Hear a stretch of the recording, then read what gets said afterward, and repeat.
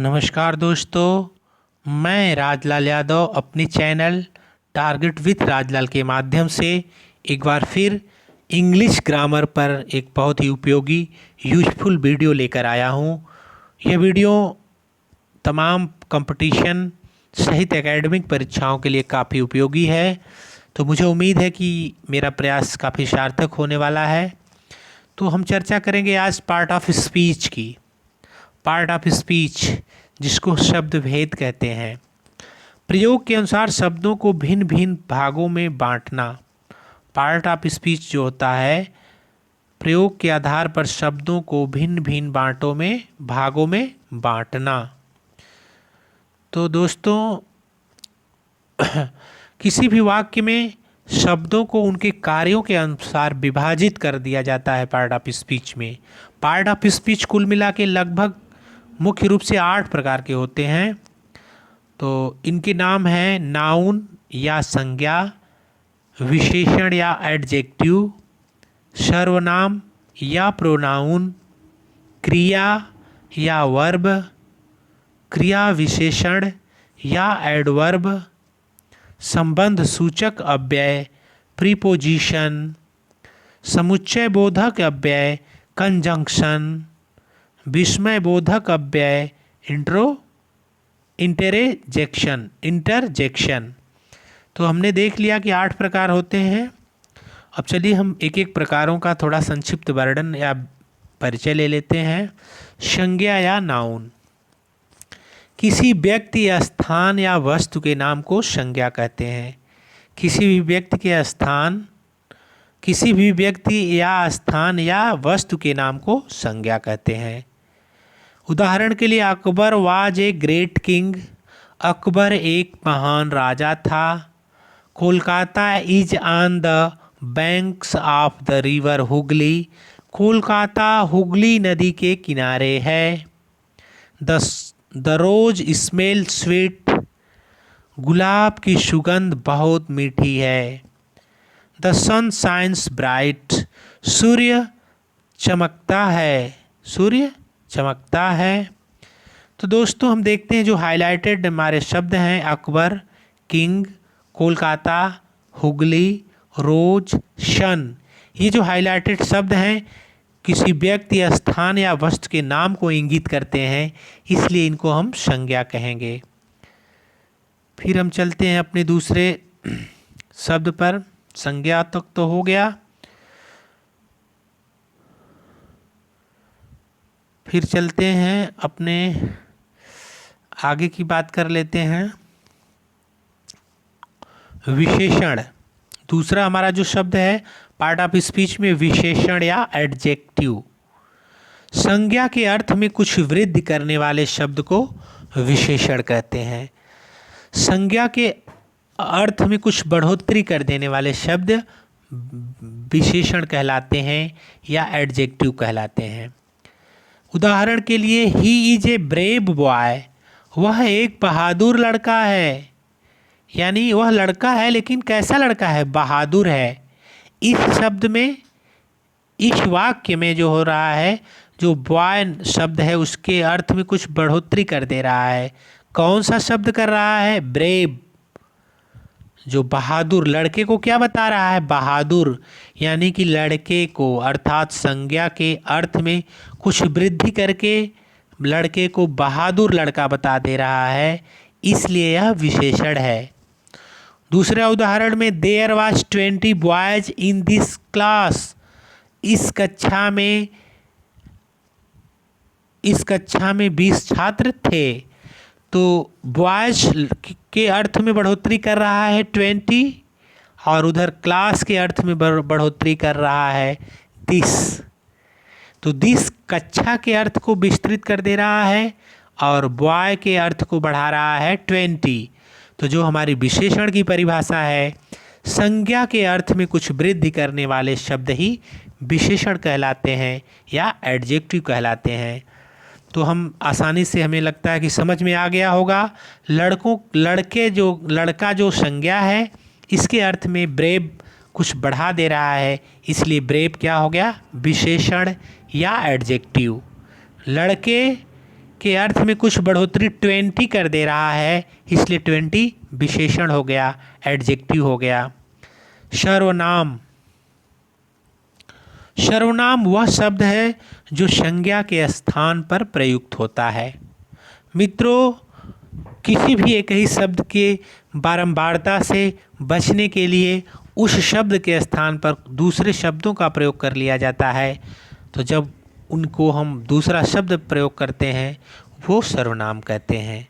संज्ञा के स्थान पर प्रयुक्त होने वाले शब्दों को सर्वनाम कहते हैं।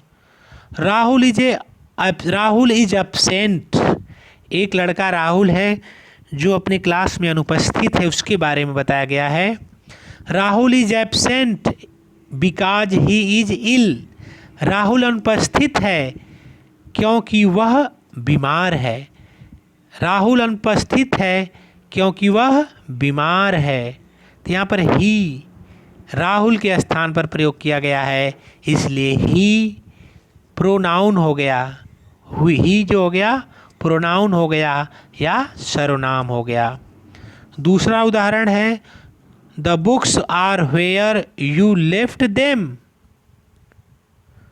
वो किताबें कहाँ हैं जिनको आप छोड़ आए हैं।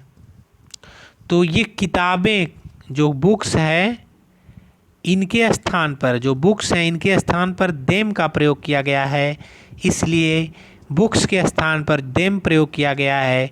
देम सर्वनाम है, प्रोनाउन है। क्रिया, क्रिया या वर्ब, जिस शब्द से कार्य का करना या होना किसी की गतिविधि का संकेत मिले, जिस शब्द के द्वारा किसी कार्य का करना या होना या किसी गतिविधि का संकेत मिले उसे क्रिया कहते हैं, उसे वर्ब कहते हैं। उदाहरण के लिए the girl wrote a letter to her cousin, एक लड़की ने अपने चचेरे भाई को पत्र लिखा। तो इसमें कार्य का बोध हो रहा है, लिखने का बोध हो रहा है, पत्र लिखा जा रहा है। रोट, इसमें जो हाईलाइटेड शब्द रोट है यह क्रिया है। Kolkata is a big city, Kolkata एक बड़ी शहर है, कोलकाता एक बड़ी शहर है। तो इसमें इज शब्द जो है क्रिया का कार्य कर रहा है। Iron and copper are useful metals, iron और कॉपर दोनों प्रयोग बहुत उपयोगी धातु हैं। तो यहाँ पर क्रिया का बोध हो रहा है या संकेत हो रहा है आर से, तो आर यहाँ पर क्रिया हो गया। अगला हमारा है क्रिया विशेषण या एडवर्ब। क्रिया विशेषण अथवा किसी अन्य क्रिया विशेषण के अर्थ में किसी क्रिया या किसी विशेषण या किसी अन्य क्रिया विशेषण के अर्थ में कुछ वृद्धि करने वाले शब्द क्रिया विशेषण कहलाते हैं। क्रिया के अर्थ में कुछ वृद्धि करें या विशेषण के अर्थ में कुछ वृद्धि करें या किसी क्रिया विशेषण के अर्थ में कुछ वृद्धि करें तो उसे हम कहेंगे क्रिया विशेषण। तो फॉर एग्जाम्पल हम आगे चर्चा करेंगे, उदाहरण की बात करेंगे। तो हम देखेंगे, उदाहरण के लिए हम देखते हैं he worked the sum quickly, उसने कार्य को काफ़ी तेज़ी से किया। क्विकली किया, क्विकली काफ़ी तेज करना, एक तो होता है करना और एक क्विकली, तो तेज कार्य करना हो गया। यहाँ पर क्रिया की विशेषता करना की बता रहा है तो क्विकली हो गया। This flower is very beautiful, this flower is very beautiful, यह फूल बहुत सुंदर है। तो इसमें फूल जो है ब्यूटीफुल एक विशेषण है, सुंदरता क्या है विशेषण है और उसकी विशेषता बेरी है। सुंदर जो है विशेषण है और उसकी विशेषता बेरी बहुत है, तो ये एडजेक्टिव हो गया। क्या हो गया? एडजेक्टिव, क्रिया विशेषण हो गया। See pronounce the word quite correctly, वह शब्दों का उच्चारण सामान्य मतलब काफ़ी अच्छे से करता है, क्वाइट करेक्टली, काफ़ी सहज रूप से करता है। तो यहाँ पर क्वाइट जो है क्रिया विशेषण हो गया, एडवर्ब हो गया। अगला है संबंध सूचक अव्यय, प्रीपोजिशन। प्रीपोजिशन वह शब्द जो संज्ञा या सर्वनाम के साथ प्रयोग में आकर, वह शब्द संज्ञा या सर्वनाम के साथ प्रयोग में आकर उस संज्ञा या सर्वनाम द्वारा सूचित व्यक्ति या वस्तु का संबंध अन्य किसी संज्ञा या सर्वनाम से प्रदर्शित करे। वह शब्द जो संज्ञा या सर्वनाम के साथ प्रयोग में आकर उस संज्ञा या सर्वनाम द्वारा सूचित व्यक्ति या वस्तु का संबंध अन्य किसी संज्ञा या सर्वनाम से प्रदर्शित करता है, कंजक्शन कहा जा, प्रीपोजिशन कहा जा सकता है। क्या कहा जा सकता है? प्रीपोजिशन, संबंध सूचक यानी कि संबंध को जोड़ने वाला। There is a cow in the garden, there is a cow in the garden, वहाँ बाग में एक गाय है। तो देयर इज ए काऊ, वहाँ गाय है, इन द गार्डन, दो मतलब संज्ञाओं को, एक बाग है और एक गाय, काऊ और गार्डन को जोड़ रहा है इन। तो इन क्या हो गया? प्रीपोजिशन हो गया। The girl is fond of music, जो गर्ल लड़की जो है, फॉन्ड एक लड़की जो है म्यूजिक की, जो उसकी रुचि म्यूजिक में है, वो म्यूजिक को पसंद करती है। तो यहाँ पर फॉन्ड ऑफ म्यूजिक, लड़की के द्वारा निर्देशित शब्द म्यूजिक को जोड़ रहा है। ऑफ, क्या जोड़ रहा है? ऑफ। लड़की के जो गर्ल है, लड़की है, वो एक संज्ञा है, इसके द्वारा निर्देशित शब्द म्यूजिक को जोड़ रहा है यह शब्द ऑफ, इसलिए ऑफ हो गया preposition. A fair little girl, a fair little girl sat under tree. तो यहाँ पर सैट और ट्री के बीच में, एक लड़की के और एक पेड़ के बीच में संबंध अंडर ने दर्शाया, इसलिए यह क्या हो गया? प्रीपोजिशन हो गया। समुच्चय बोधक अथवा समुच्चय बोधक अव्यय या कंजंक्शन, दो शब्दों अथवा वाक्यों को जोड़ने वाला शब्द समुच्चय बोधक अव्यय कंजंक्शन कहलाता है। दो शब्दों अथवा वाक्यों को जोड़ने वाला शब्द समुच्चय बोधक अव्यय या कंजंक्शन कहलाता है।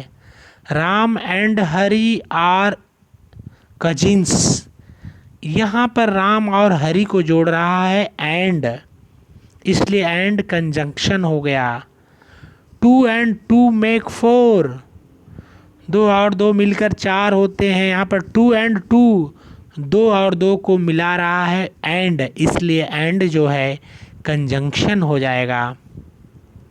I am fast but missed the train, मैं बहुत तेज़ हूँ लेकिन मैं ट्रेन छोड़ चुका हूँ, मुझसे ट्रेन छूट गई है। मैं बहुत तेज़ हूँ लेकिन फिर भी मुझसे ट्रेन छूट गई है। तो यहाँ पर बट, आई एम फास्ट और मिस्ड द ट्रेन, दो वाक्यों को जोड़ रहा है बट, तो बट यहाँ पर कंजंक्शन का कार्य कर रहा है। फिर हम चलते हैं आखिर में, हम लेते हैं अब अंतिम जो हमारा पार्ट ऑफ स्पीच है, विस्मय बोधक अव्यय या इंटरजेक्शन।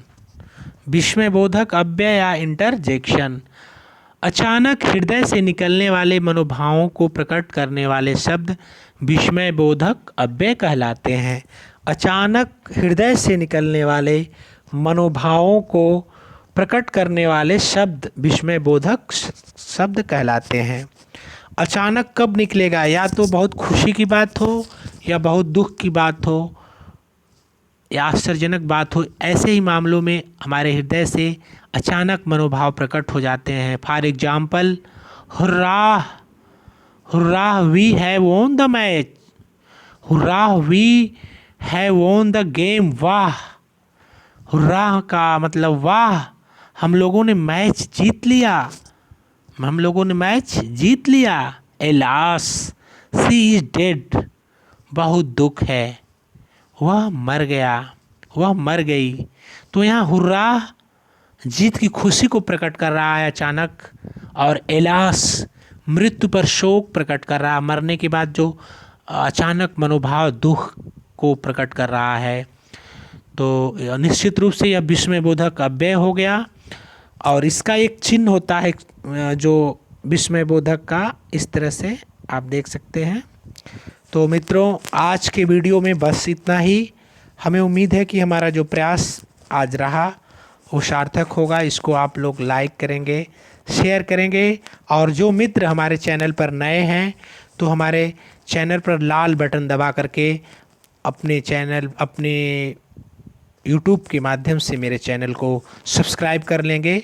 धन्यवाद।